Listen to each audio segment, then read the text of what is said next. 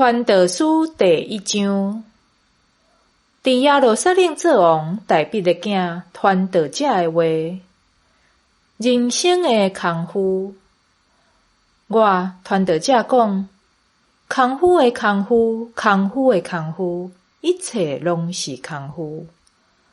人一切的劳苦打拼，就是伫日光下面的劳碌有甚物利益？一代过了搁一代，毋过地照常存在。日出日落，紧紧倒转去出来的所在。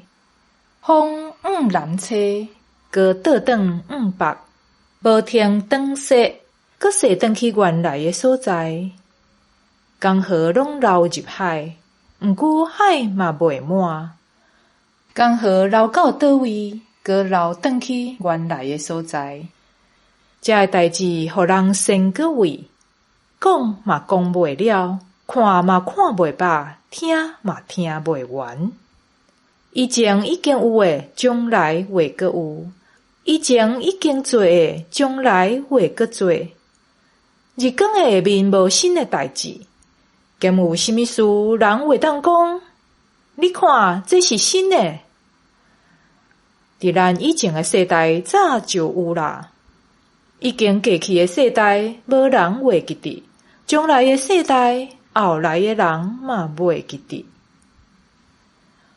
传道者的经验，我传道者捌伫耶路撒冷做以色列王，我专心用智慧研究查考天下所发生一切的代志，就知这是上帝所互人无意义的劳苦。